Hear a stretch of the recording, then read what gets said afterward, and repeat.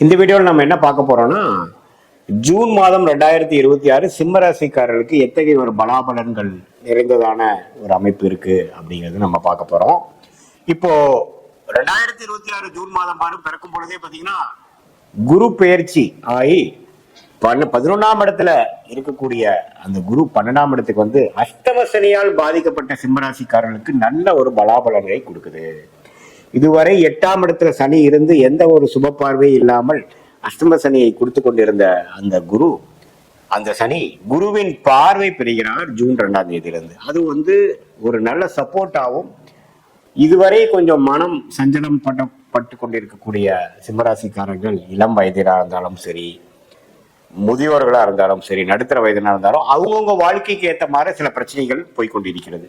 So அது எப்படி வந்து நம்மளுடைய இந்த குரு பயிற்சினால நல்ல ஒரு அமைப்பு வருதுங்கிறது தான் நம்ம தெரிஞ்சுக்கணும். ஏன்னா அந்த 8ஆம் இடத்துல இருக்கக்கூடிய சனி கொஞ்சம் குருவின் பார்வை பெற்று அவங்கவுங்களுக்கு வரக்கூடிய அமைப்புகள்லாம் சரியாகிற மாற, கொஞ்சம் தன்மை குறையிற மாற, சக்கரங்கள் குறையிற மாற, இன்டென்சிட்டி குறையிற மாதிரி அமைப்பை கொடுக்குது. அது நல்ல ஒரு அமைப்பு. நம்ம வந்து இந்த வீடியோல சயின்டிபிக் வேதிக் அஸ்ட்ராலஜி முறையில் எதையும் மிகைப்படுத்தாமல், பரிகாரங்கள் அது மாதிரி விஷயத்துக்குள் போடாமல் உள்ளவாறு பார்க்க போறோம். அந்த அடிப்படையில் இந்த குரு பயிற்சி வந்து எந்த விதத்திலையும் பாத்தீங்கன்னா ஒரு தவறான அமைப்பு இல்லை. என்னடா 12ஆம் வீட்டுக்கு போயிட்டாருன்னு நினைக்க வேண்டாம். 12ஆம் வீட்டுக்கு போனாலும் 6ஆம் வீட்டுக்கு பாக்குறாரு, 8ஆம் வீட்டை பாக்குறாரு, 4ஆம் வீட்டை பாக்குறாரு. ஸோ கடன் மூலமாக, சில அதர் மீட்பிள் ஃபண்ட் மூலமாக சில பிரச்சனைகளை நம்ம சால்வ் பண்ணிக்கலாம்.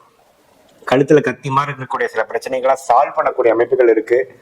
வம்பு வழக்குகள் கொஞ்சம் குறையும், மன சஞ்சலங்கள் கொஞ்சம் கட்டுப்பாட்டுக்குள்ள வரும். அதே சமயத்துல ராஜயோகாதிபதி ஆகிய செவ்வாய் 9ஆம் இடத்திலிருந்து 10ஆம் இடத்துக்கு மாதத்தின் லாஸ்ட் ஸ்டேஜ், அதாவது 2வது 3வது வருஷத்துக்கு மேல செவ்வாய் 10க்கு போறார், சுக்கிரன் 11ஆம் இடத்துல இருக்கிறார், புதன் 11ல லாபஸ்தானத்தில் இருக்கிறதெல்லாம் பாத்தீங்கன்னா ஒரு நல்ல ஒரு அஷ்டம சனியினால் பாதிக்கப்பட்டு இருக்கக்கூடிய சிம்மராசிக்காரர்களாக இருந்தாலும் ஒரு நல்ல ஒரு மாற்றம், திடீர்னு சில விஷயங்கள் நமக்கு சிலது நடந்து விட்டது, பழைய பிரச்சனைகள் இப்படி வெடிச்சுடுமோன்னு நினைக்கிற விஷயத்தை கொஞ்சம் சரியாக போய் நம்ம நினைக்கிற அளவுக்கு மோசமாக தவறாக போகாமல் ஓரளவுக்கு தன்மையாக நடந்து விட்டதுங்கிற மாதிரி ஒரு நல்ல மாற்றங்களை கொடுக்கக்கூடிய ஒரு அற்புதமான ஒரு குரு பயிற்சியாக, செவ்வாய் பயிற்சியாக, சுக்கிர அமைப்பாக கண்டிப்பாக சிம்மராசிக்காரர்களுக்கு ஜூன் 2026 இருக்குங்க. மாணவர்களுக்கு பார்த்தீங்கன்னா நல்லா படிக்கக்கூடிய அமைப்பு, படிக்கிற மூலமாக அவங்களுடைய காம்படிட்டிவ் எக்ஸாம்ஸ் கிளியர் பண்ணக்கூடிய அமைப்புகள், அவங்களுடைய என்னதான் அஷ்டம சனி நடந்திருந்தாலும் ஒரு இடம் மாற்றத்தை கொடுத்து அந்த டிஸ்கம்ஃபோர்ட் கொடுத்தும் சில பெனிஃபிட் கொடுக்கக்கூடிய மாதிரி அமைப்பு, காம்படிட்டிவ் எக்ஸாம்ஸாக இருக்கட்டும், மீடியா துறையில் இருக்கிறவங்களா இருக்கட்டும், எல்லாத்துலேயுமே கொஞ்சம் வெற்றி கிடைக்கிற மாதிரி அமைப்புகளை கொடுக்குதுங்க.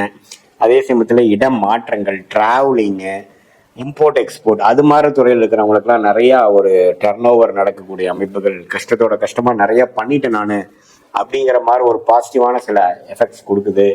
கடன் எதிர்பார்த்துட்டு இருக்கிறவங்க கொஞ்சம் ஒரு வரவேண்டிய பணம் பேங்க்ல ஒரு ஓடி அது மாதிரி எதிர்பார்க்குறவங்க டக்குன்னு கிடைச்சி சில பிரச்சனைகள் சால்வ் பண்ணிட்டேன், ஃபியூச்சரில் வந்து நான் அதை அடைச்சிருவேன் அப்படிங்கிற அளவுக்கு பாசிட்டிவான சில அமைப்புகள் எல்லாமே வந்து இந்த அஷ்டம சனி தாக்கத்தில் பாதிக்கப்பட்டு கொண்டு இருக்கக்கூடிய வயது வித்தியாசம் இல்லாமல் எல்லாத்துக்குமே அவங்களுடைய வாழ்க்கை சம்பவங்களுக்கு தகுந்த மாதிரி சில பிரச்சனைகளை கொடுத்து கொண்டிருக்கக்கூடிய சிம்மராசிக்காரர்களுக்கு நல்ல ஒரு அமைப்பாக குரு 12ல வந்து அந்த 8ஆம் வீட்டில் இருக்கக்கூடிய சனியை பார்த்து மறைமுகமாக சில பெனிஃபிட்ஸ் நமக்கு கிடைக்கக்கூடிய அமைப்பு வந்து சிம்மராசிக்காரர்களுக்கு கண்டிப்பாக உண்டு அப்படிங்கிறத நம்ம தெரிந்து கொள்ள வேண்டும்.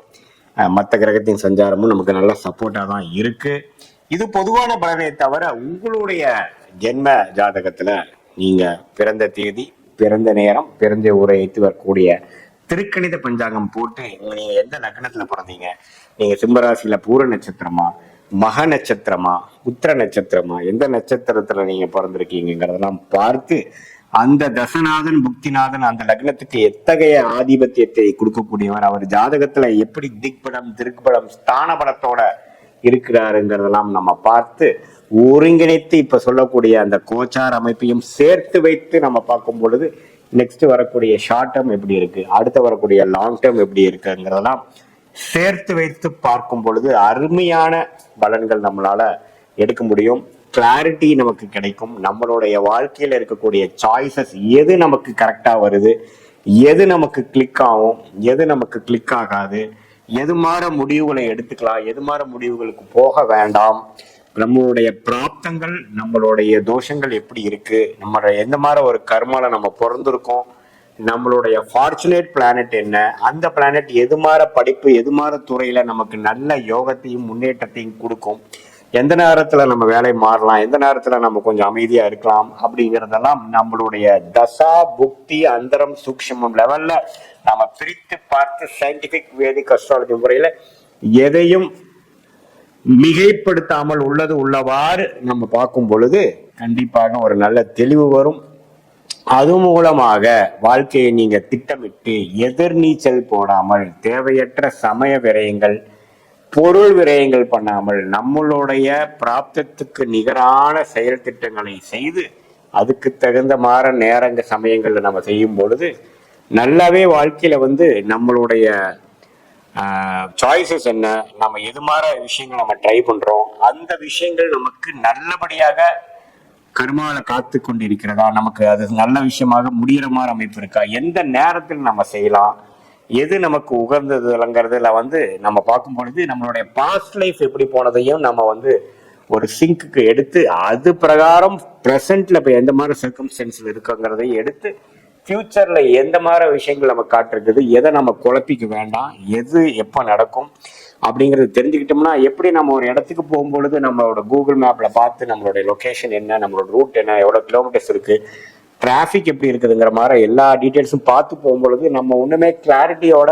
ஒரு மென்டல் ப்ரிப்பரேஷனோட போய் டெஸ்டினேஷன் அச்சீவ் பண்றோமோ ரீச் பண்றோமோ அதே மாதிரி நம்மளுடைய வாழ்க்கை டெஸ்டினேஷன் வாழ்க்கையில் இருக்கக்கூடிய அடுத்த படிநிலைக்கு நம்ம டிரான்ஸ்ஃபர் ஆகும் பொழுது எது மாதிரி வாழ்க்கை சம்பவங்கள் நமக்கு வருகிறது, எது மாதிரி விஷயங்கள் நமக்கு காத்திருக்கிறது, எந்த முடிவுகளை எப்போ எடுக்கலாம். ஏன்னா நம்ம 1000 வருஷம் வாழ போறது இல்லை.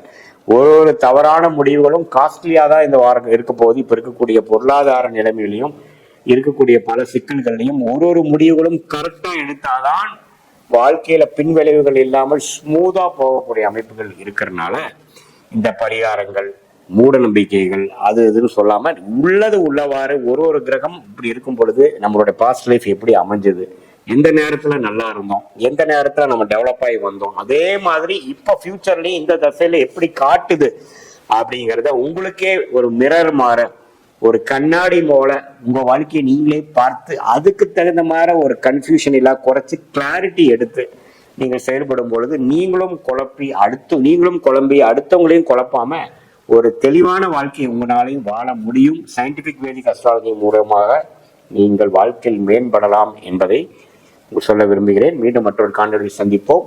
நன்றி, வணக்கம்.